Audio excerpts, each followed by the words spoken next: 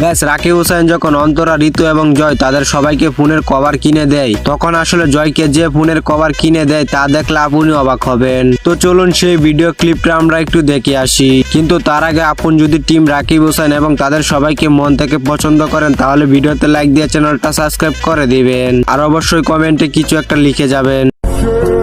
जो थी मेरी बस तुझको पाने की ख्वाहिशें।